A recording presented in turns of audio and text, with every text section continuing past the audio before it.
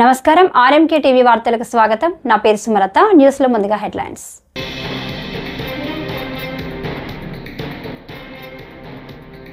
బోండా ఉమా ప్రశ్నకు అసెంబ్లీలో Pawan Kalyan reply.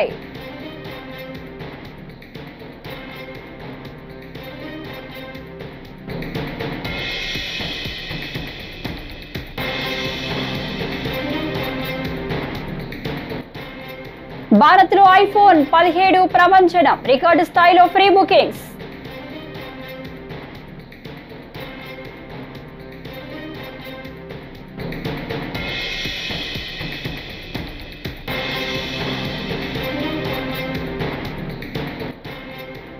Veterinary doctor పోస్టులన్నీ భర్తీ చేస్తాం మంత్రి అచ్చెన్నాయుడు.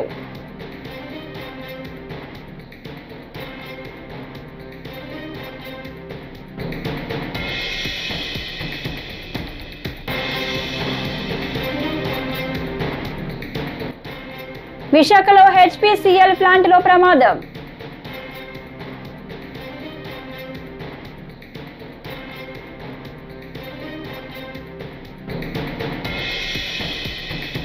ఇక డీటెయిల్స్ చూస్తే, రాష్ట్రంలో కాలుష్యానికి కారణమవుతున్న పరిశ్రమలపై చర్యలు తీసుకునే విషయంలో ఏ ఒక్కరిని లక్ష్యంగా చేసుకోబోమని, కక్ష సాధింపు చర్యలకు పాల్పడే ప్రసక్తే లేదని ఉప ముఖ్యమంత్రి పర్యావరణ శాఖ మంత్రి పవన్ కళ్యాణ్ స్పష్టం చేశారు. అదే సమయంలో నిబంధనలు అతిక్రమించే పరిశ్రమలపై మరీ కఠినంగా వ్యవహరిస్తే చాలా కంపెనీలు మూతపడిపోయే ప్రమాదం ఉందని ఆయన అభిప్రాయపడ్డారు. మాధవ్ గారు చెప్పిన ఫస్ట్ అది మోర్ రెలవెంట్ క్వశ్చన్ కాబట్టి దీనికంటే first let me answer for that. ఈ ఉప్పలపాడు బర్డ్ శాంక్చురీ దాదాపు 9 అడుగులు 8 అడుగులు ఉండాల్సింది అది 5 అడుగులకు వచ్చింది అనేది. అలాగే గుంటూరులో ఈ కాలువల్లో పూడికలు కానీ ఇవి ప్రత్యేకించి నేను ఈ ఫస్ట్ గుంటూరుని మోడల్గా తీసుకొని ఈ దసరా తర్వాతే నేను ప్రత్యక్షంగా వెళ్తాను ఇది ఎందుకంటే ఇది ఆల్రెడీ మేము గత కొద్ది రోజులుగా డిస్కస్ చేసి, ఎందుకంటే అపాయింట్మెంట్స్ కొంచెం లేట్ అయినాయి అందరి. ఎందుకంటే pollution control board is a very limited ఉంది, మనకి చాలామంది ఇంకా హైర్ చేయాల్సి ఉంది. గత ప్రభుత్వం కూడా నియమించాల్సిన సభ్యులను నియమించలేదు, కావాల్సిన సిబ్బందిని నియమించలేదు. Pollution control board is real. నేను ప్రాక్టికల్గా గౌరవ శాసనసభ్యులు బొండా ఉమామహేశ్వర గారు చెప్పిన దానికంటే వారికంటే ముందే నేను చాలా లోతుగా దీని మీద అధ్యయనం చేశాను అధ్యక్ష. చేసినప్పుడు ఒక షార్టేజ్ ఏముందంటే ఎంప్లాయీ షార్టేజ్ చాలా ఉంది. ఎంప్లాయ్మెంట్ చాలామంది ఒక ఎంప్లాయ్మెంట్ ఇంత కావాలంటే దాంట్లో దాదాపు ఒక 2/3 లేదు అధ్యక్ష. వాళ్ళు ఉన్న డిమాండ్కి పెరుగుతున్న గ్రోత్కి దాని తగ్గ మానిటరింగ్ చేయడానికి లేరు ఒక మనుషులు. అలాగే దీంట్లో అవకతవకలు ఉన్నాయా అంటే గౌరవ శాసనసభ్యులు చెప్పినట్టుగా ఫస్ట్ పని చేయాల్సిన ఎవరు అధ్యక్ష? అర్బన్ బాడీస్ పనిచేయాలి, మున్సిపాలిటీస్ పనిచేయాలి. Everything you cannot completely directly correlate with pollution control board. అలాగే వారిది నేను ఆయన సరిదిద్దుకోవాలో లేదంటే నాకు తెలియదు, కానీ ఒక మాట అయితే చెప్పదలుచుకున్నాను. ఇది అందుబాటులో ఉండరు, ఇవన్నీ తప్పు. రాగానే మనకి చైర్మన్ గారికి కూడా చెప్పాను, first pollution control board open చేయమని. అదొక వాస్తవం ఏంటంటే పొల్యూషన్ కంట్రోల్ బోర్డు సామాన్య మనిషికి సంబంధం లేదు, ఓన్లీ ఇండస్ట్రియల్ కనెక్టెడ్ అనుకుంటాను. ఇది ఫస్ట్ టైం కృష్ణయ్య గారు వచ్చాక వారికి తెలియజేసిన హీ హ్యాస్ ఓపెన్డ్ ఇట్. ఎవరైనా సరే ఎనీ ఆఫీస్కి వెళ్ళిపోయి మీరు పొల్యూషన్ కంట్రోల్ బోర్డు ఆఫీస్కి వెళ్తే మీకు అది ఓపెన్గా ఉంటుంది. దానికి నేను బాధ్యత తీసుకున్న తర్వాత మొట్టమొదటి చేసినది అధ్యక్ష. కాకపోతే దీని మీద అవగాహన కల్పించాలి, అసలు వెళ్తే కొంత సమాధానం. ఎందుకంటే first of all there is extensive employment shortage ఉంది, దానికి అదొక మేజర్ సమస్య. అలాగే వారు లేవనెత్తింది ఇంకొకటి రామ్కి సంస్థ మీద, వారికి షోకాస్ నోటీస్ ఇష్యూ చేయడం జరిగింది, యాక్షన్ తీసుకోవడం జరిగింది. అలాగే చాలా వ్యర్థాలు వదిలేస్తున్నారు ఇవన్నీ. అంటే ఒక ప్రాబ్లం ఏముందంటే ఏదన్నా సరే స్ట్రిక్ట్ యాక్షన్ తీసుకోవాలి అంటే ఎన్ని ఇండస్ట్రీస్ మూతపడిపోతే మనకు తెలియదు అధ్యక్ష. ఇప్పుడు మీకు ఇందాక నేను ఎందుకు ప్రస్తావించానంటే ఉదాహరణకి ఫ్లెక్సీస్. ఇప్పుడు ఫ్లెక్సీలని వెంటనే మనందరికీ తెలుసు, ఫ్లెక్సీస్ మైక్రో లెవెల్ డిస్ట్రిబ్యూట్ అయిపోయి భూమిలోకి ఇంకిపోతున్నాయి, నీళ్ళలోకి వెళ్ళిపోతున్నాయి, గాల్లో కలిసిపోతున్నాయి, ఆ తిరిగి తల్లి గర్భంలోకి వెళ్ళిపోతుంది, ఇవన్నీ తెలుసు. కానీ ఏదైనా వెంటనే బ్యాన్ చేద్దామంటే it has become an employment source for many people. కొన్ని కుటుంబాలు రోడ్డు మీద పడిపోతాయి. సో దీనికి ఏం చేయాలి? దీనికి చాలా సహజ క్రమంలో తీసుకురావాలి, మార్పు పట్టుకురావాలి, చాలా సహజ క్రమంలో కొంత అవగాహన కల్పించాలి, వారికి కొంత తెలియజేయాలి. సడన్గా మెషిన్ పెట్టాల్సిన ప్లాస్టిక్ పెట్టే చోట బయోడిగ్రేడబుల్ మెటీరియల్ పెట్టాలంటే దానికి ఆ పర్టికులర్ ప్రింటింగ్ మెషిన్ ఎంతవరకు యాక్సెప్ట్ చేస్తే కలర్స్ అంత సాచురేషన్ ఉంటుందా లేదా, ఇవన్నీ కూడా ఆలోచించాలి అధ్యక్ష. నా ఉద్దేశం ఏంటంటే ఒక ప్లాస్టిక్ చిన్న వెటర్నరీ డాక్టర్ పోస్టుల భర్తీపై అసెంబ్లీలో మంత్రి అచ్చెన్నాయుడు మాట్లాడారు. గత 5 ఏళ్ల పాలనలో ఒక్క వెటర్నరీ డాక్టర్ పోస్టు కూడా భర్తీ చేయలేదు. రాష్ట్రంలో ఖాళీగా ఉన్న వెటర్నరీ డాక్టర్ పోస్టులన్నీ భర్తీ చేసేందుకు కూటమి ప్రభుత్వం సిద్ధంగా ఉంది. దీనిపై ఒక ప్రణాళికను రూపొందించి పంపించాం. పైనుంచి ఆదేశాలు వచ్చిన వెంటనే పోస్టులు భర్తీ చేస్తాం. పశు వైద్యానికి ఎలాంటి ఇబ్బంది కలగకుండా చర్యలు చేపట్టాం అని అన్నారు. కొత్తగా మన రాష్ట్రం ఏర్పడిన తర్వాత ఫస్ట్ టైం 2017వ సంవత్సరంలో చంద్రబాబు గారి నాయకత్వంలో ఒక నోటిఫికేషన్ ఇచ్చి 303 వెటర్నరీ డాక్టర్ పోస్టులు భర్తీ చేశాం అధ్యక్ష. మళ్ళీ 2018లో కూడా ఇంకొక నోటిఫికేషన్ ఇచ్చి 223 వెటర్నరీ డాక్టర్ పోస్టులు భర్తీ చేశాం అధ్యక్ష. తర్వాత ప్రభుత్వం మారింది, 5 సంవత్సరాలు ఒక్క డాక్టర్ పోస్ట్ కూడా భర్తీ చేయలేదు అధ్యక్ష. మళ్ళీ మేము వచ్చిన తర్వాత ఈ రాష్ట్రంలో ఎన్ని పోస్టులు ఖాళీగా ఉన్నాయి, ఏ విధంగా రిక్రూట్మెంట్ చేయాలని చెప్పి మొత్తం ఒక ప్రణాళిక వేసుకొని ఫైనాన్స్ పంపించాం. ఫైనాన్స్ నుంచి ఆదేశాలు వచ్చిన వెంటనే మొత్తం ఖాళీగా ఉన్నటువంటి డాక్టర్ పోస్టులు అన్నింటికీ నోటిఫికేషన్ ఇచ్చి భర్తీ చేయడానికి మేము సిద్ధపడుతున్నాం అధ్యక్ష. ఈలోగా ఎక్కడ కూడా పశు వైద్యానికి ఇబ్బంది పడకూడదని ఆల్టర్నేటివ్గా అరేంజ్ చేశాం. ఎవరైతే గ్రామ స్థాయిలో దాదాపుగా 6137 మంది వెటర్నరీ అసిస్టెంట్స్ ఉన్నారు అధ్యక్ష. ప్రతి గ్రామంలో కూడా ఉన్నారు. ఇందులో హైలీ క్వాలిఫికేషన్ వాళ్ళు కూడా ఉన్నారు. ఏదైతే బీవీఎస్ చేసేవాళ్ళు, ఎంఈఎస్ చేసేవాళ్ళు ఉన్నారు.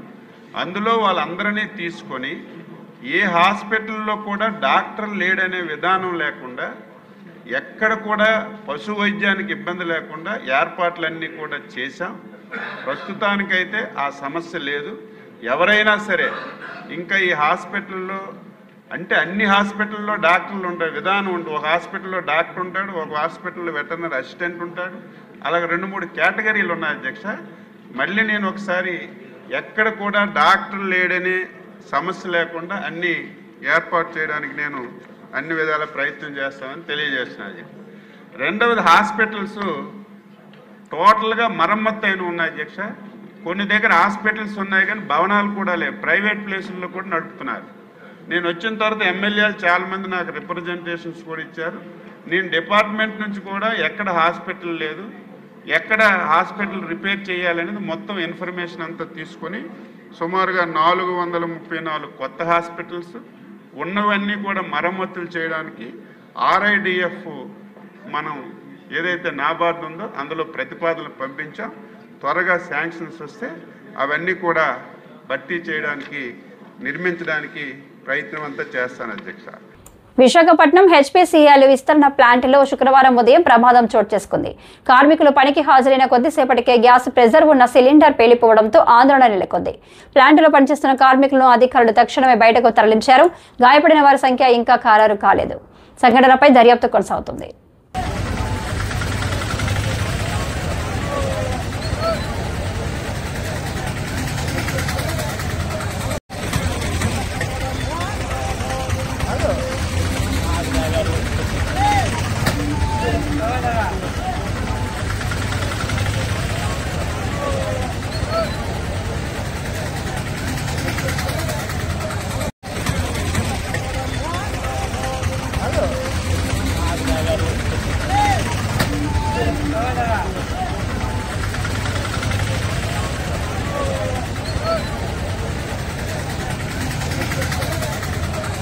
అందరూ ఎదురు చూస్తున్న iPhone 17 విక్రయాలు ఇవాళ ప్రారంభమయ్యాయి. AI సాంకేతిక తరహాలో యాపిల్ ఇంటెలిజెన్స్ లో శక్తివంతంగా రూపొందించిన ఈ ఫోన్లను కొనుగోలు చేసేందుకు కొనుగోలుదారులు యాపిల్ స్టోర్ ముందు క్యూ కట్టారు. ఫ్రీ బుకింగ్ చేసుకునేందుకు ముంబైలోని BKC జియో సెంటర్లోని యాపిల్ స్టోర్ వద్ద కొనుగోలుదారులు పెద్ద ఎత్తున బారులు తీరారు.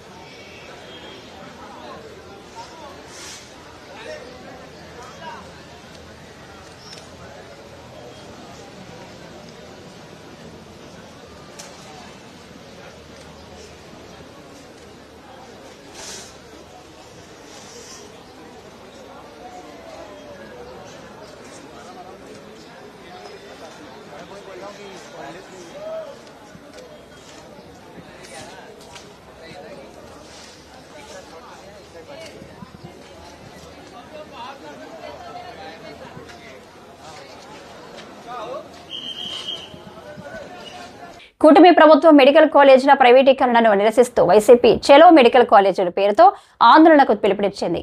ఈ నేపథ్యంలో శాంతి భద్రతలకు భంగం కలగకుండా నిరసనలో పాల్గొనకుండా మాజీ రూడా చైర్మన్ మేడాపాటి షర్మిలారెడ్డిని శుక్రవారం రాజమండ్రిలో పోలీసులు అదుపులోకి తీసుకున్నారు.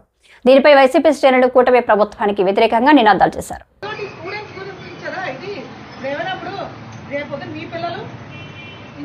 డాక్టర్లు చదవచ్చు ఫ్రీగా 15,000 సీట్ వస్తున్న పిల్లల్ని ఈరోజు ఆఫ్ చేసి దాన్ని ప్రైవేటైజేషన్ చేసి ఈరోజు బడాబాబులు జోబులు నమ్ముకుంటే ఈరోజు పోలీస్ వ్యవస్థ కూడా ఉన్నారు. మీరు వాళ్ళకి వస్తారు ఈరోజు గవర్నమెంట్లో ఉన్నారు గవర్నమెంట్కి. కానీ ఈ టైప్ ఆఫ్ థింగ్ మీరు మీ ఎస్పీకి కూడా చెప్పాలి. మీరు ఆపకూడదని మీ యొక్క కాన్ఫిడెన్స్లో చెప్పాలి. అందుకైతే పెట్టారు, ఎందుకంటే తప్పది. మీ యొక్క గౌరవరీత్యా సంతకం పెట్టారు. కానీ వెళ్ళొద్దండం అన్నది ఎంతవరకు కరెక్ట్ అన్నది నాకైతే ఏం అర్థం అవ్వట్లేదు. జై జగన్ జై జగన్ జై జగన్ జై జగన్ నాయకత్వం నాయకత్వం నాయకత్వం జై జగన్ జై జగన్ జై జగన్ జై జగన్ నాయకత్వం నాయకత్వం పోలీసులు నిరంకుశ వైఖరి అందించాలి. పోలీసులు నిరంకుశ వైఖరి అందించాలి. నిరంకుశ వైఖరి అందించాలి. పోలీసులు నిరంకుశ వైఖరి అందించాలి. పోలీసులు నిరంకుశ వైఖరి అందించాలి. జై జగన్ జై జగన్ జై జగన్ జై జగన్ నాయకత్వం నాయకత్వం జై జగన్ జై జగన్ జై జగన్ జై జగన్ పిల్లల భవిష్యత్తు కాపాడాలి. పిల్లల భవిష్యత్తు కాపాడాలి. పిల్లల భవిష్యత్తు కాపాడాలి. పిల్లల భవిష్యత్తు కాపాడాలి. పిల్లల భవిష్యత్తు కాపాడాలి. పిల్లల భవిష్యత్తు కాపాడాలి. పిల్లల భవిష్యత్తు కాపాడాలి. Down down CM down down CM down down CM down down CM down down CM down down CM జై జగన్ జై జగన్ జై జగన్ జై జగన్ నిర్మల్ నాయకత్వం నిర్మల్ నాయకత్వం నిర్మల్ నాయకత్వం కోటమ ప్రభుత్వం నశించాలి. కోటమ ప్రభుత్వం కోటమ ప్రభుత్వం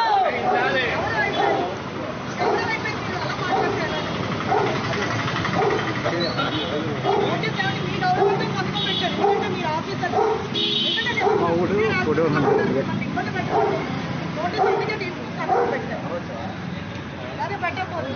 మీ మీద నా గౌరవం సీరియస్ మేడం, మీరంటే నా గౌరవం, పోలీస్ వ్యవస్థ అంటే గౌరవం. కానీ ఏ రకంగా మేము తప్పు చేయట్లేదు కదా, తప్పు కదండి. ఈరోజు పిల్లల భవిష్యత్తు ఇంత అలాగా అది పిల్లల భవిష్యత్తు కదండి. మీరు అర్థం చేసుకోవాలి. ఎంతమంది పిల్లలు ఉన్నారు, అందరూ ఎక్కడ ఆఫ్ చేస్తారండి. ఈరోజు నేనేం చేశాను తప్పు కదా. ఈరోజు జగన్ గారు ప్రశ్నిస్తే ఆపేస్తారు. ప్రశ్నించకూడదు. అలా ఇళ్ళలో ఉంటుంది. మా మేము ప్రతిపక్షం అలా చూసుకుంటాం. కూడా మాట్లాడకపోతే ఇంక మేమే తప్పు కదండి. ఇది ఎంతవరకు కరెక్ట్ చెప్పండి. మీరు అందరూ అర్థం చేసుకోవాలి. మన రాజమండ్రిలోనే కాలేజ్ ఎంతవరకు రన్ అవుతుంది 2 సంవత్సరాలు. సోపాళ్ళు హోమ్ మినిస్టర్ గారు ఏం మాట్లాడుతున్నారు, ఆహా ఓహో అని ఆవిడ అనాలు వచ్చి తప్పు కదా. ఈరోజు మినిస్టర్లు వచ్చి అలా అలాగా గవర్నమెంట్ బ్యాక్ చేసే పనులు ఏదైనా చేయమని కాదట్లా. పాత గవర్నమెంట్ బ్యాక్ చేయడమే వాళ్ళకు ఏమంటారు పెట్టుకున్నారు.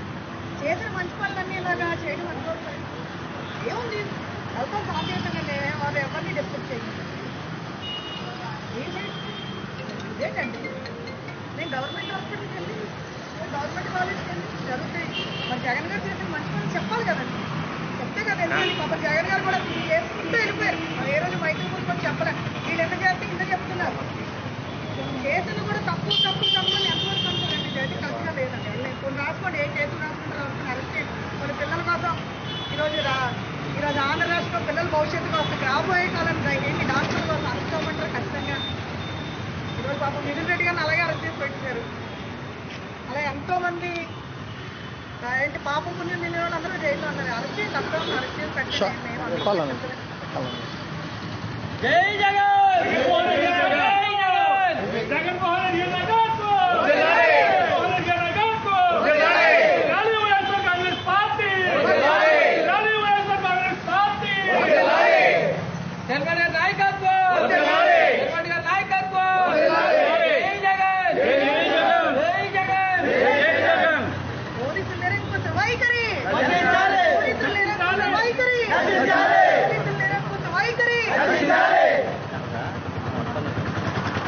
కృష్ణా జిల్లాలోని మచిలీపట్నంలో చెలో మెడికల్ కాలేజీ కార్యక్రమం ఉద్రిక్తతకు దారితీసింది. నిరసన చేపడుతున్న మాజీ మంత్రులు పేర్ని నాని, దేవినేని అవినాష్ సహా వైఎస్ఆర్సీపీ నాయకులను, కార్యకర్తలను పోలీసులు అడ్డుకున్నారు. నిరసనకు అనుమతి లేదని డీజీపీ స్పష్టం చేయడంతో ఈ ఘటన చోటు చేసుకుంది. దీంతో పోలీసులు, వైఎస్ఆర్సీపీ కార్యకర్తల మధ్య ఘర్షణ జరిగింది.